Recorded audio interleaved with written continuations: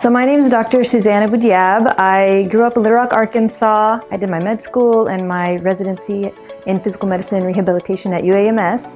And then I completed my fellowship in pain medicine at Loma Linda in Southern California. So the reason I went into medicine was really to help people get back their function and quality of life. And I really wanted to be there along the way with patients to help explain what options there are in medicine and just go through that journey with them.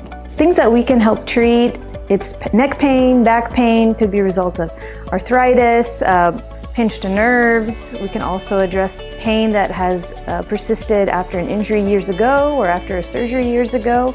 And that can be done with a conjunction of treatments that includes medication management, minimally invasive procedures, as well as just working with other specialties like physical therapists and occupational therapists. In addition to medication management, we can do minimally invasive procedures such as epidurals and nerve ablations, as well as joint injections.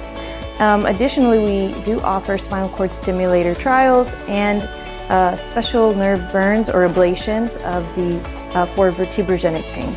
Pain is a really personal experience, and it affects everyone differently. And so for me, really taking the time to understand what's your medical history, how is this pain affecting you on a daily basis? Is it keeping you from doing the things you need to do, like doing your job like you used to do, or exercising like you hope to reach your goals, or keeping you from enjoying things like chasing your grandchildren or going fishing? So really working together and getting you back to that quality of life is my goal. If you're not sure when's the right time to see a pain doctor, I'd say if you're dealing with chronic pain for years that's been poorly controlled and it's affecting your quality of life, and you're really ready for the next step and to have a conversation about what options there are out there, then I'd say it's time to come in and have that discussion.